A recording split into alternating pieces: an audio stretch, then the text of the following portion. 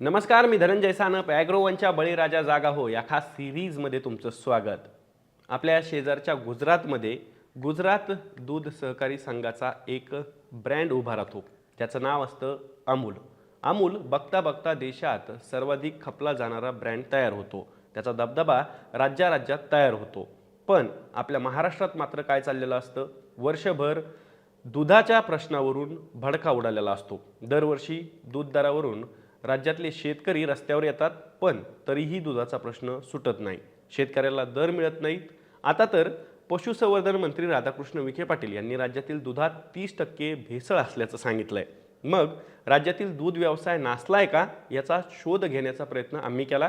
त्यातून हाती लागलेले 6 मुद्दे या व्हिडिओतनं मी तुम्हाला सांगणार आहे. यातला पहिला मुद्दा काय?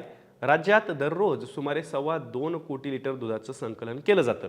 दूध उत्पादकांची राज्यात संख्या किती आहे? तर 1,20,00,000च्या घरात आहे. यात उलाढाल किती आहे? तर 100 कोटींची.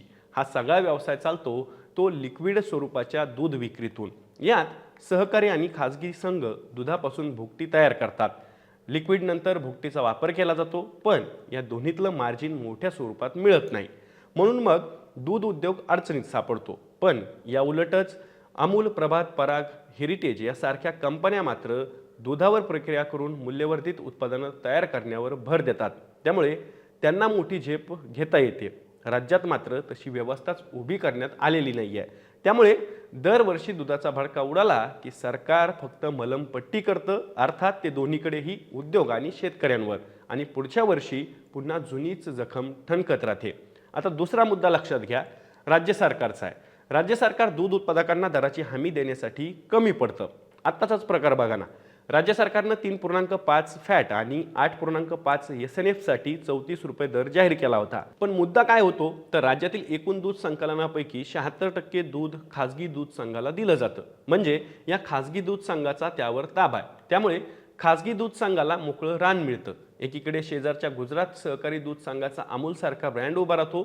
त्याची उलाढाल 72,000 कोटींच्या घरात पोहोचते. आणि महाराष्ट्रात मात्र खाजगी दूध संघ पोसत जातात आणि महानंदाची मात्र वाट लागते. महानंदाची 9 लाख लिटर दुधावर प्रक्रिया करण्याची क्षमता असतानाही महानंदाकडे सध्या फक्त 20 ते 25 हजार लिटर दूध येत होतं.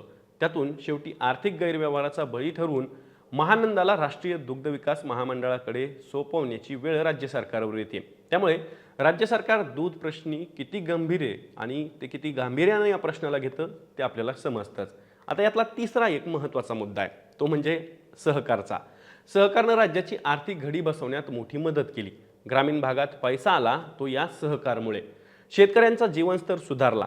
दुधातील सहकारनं तर पश्चिम महाराष्ट्राचं चित्र बदलून टाकलं. पण काळाच्या ओघात मात्र दूध सहकारात राजकारण शिरलं.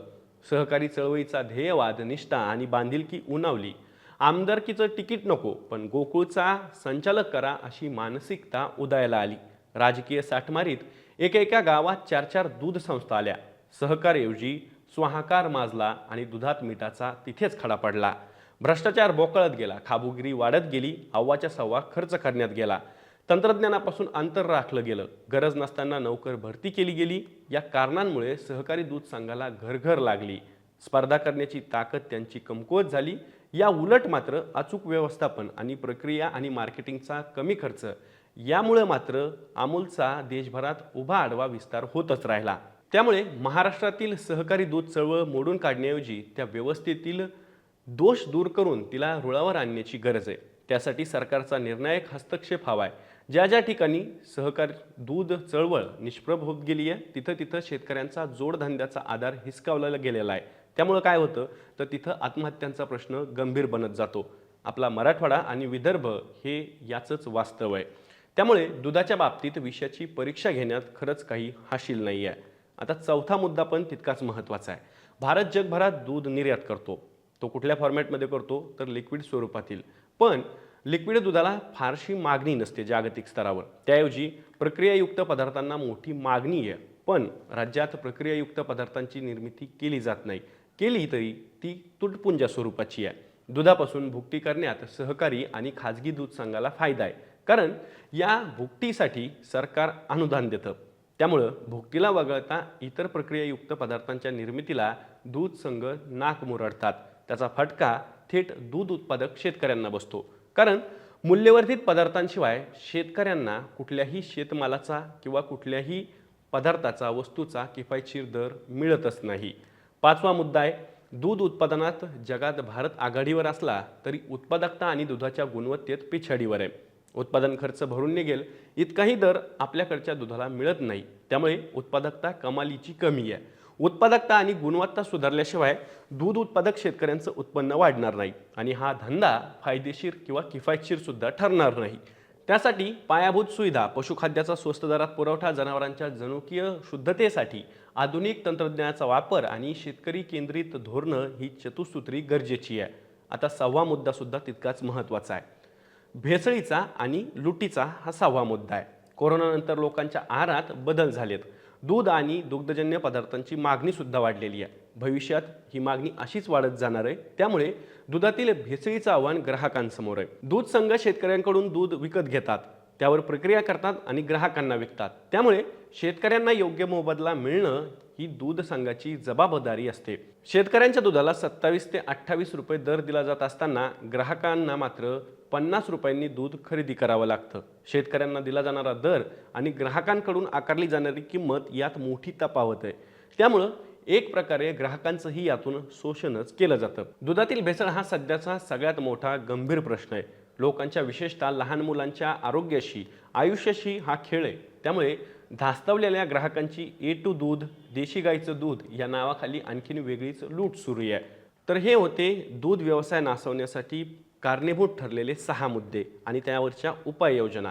थोडक्यात काय तर दुधाच्या समस्येवरची तातडीची उपाययोजना म्हणून शेतकऱ्यांना थेट अनुदान, भुकटी निर्यातीसाठी प्रोत्साहन, भुकटीचा बफर स्टॉक, शालेय पोषण आहार आणि अंगणवाडी योजनेत भुकटीचा समावेश, गरीब देशांना आर्थिक मदतीऐवजी भुकटीचा पुरवठा वगैरे उपाय गरजेचेच आहेत. पण दूध उद्योगानं लिक्विड दुधाकडून प्रक्रियायुक्त मूल्यवर्धित उत्पादनांकडे वळणं हा दीर्घकालीन उपाय केल्याशिवाय अस्तित्व टिकून ठेवणं कठीण आहे. काळाची पावलं ओळखून वेळीच बदल केला नाही तर ठराविक काळानं दूध आंदोलनं आणि अनुदानाचा खेळ पुन्हा पुन्हा रंगत राहणार आहे. लहानपणी आपण सगळ्यांनीच कापूस कोंड्याची गोष्ट ऐकलेली आहे.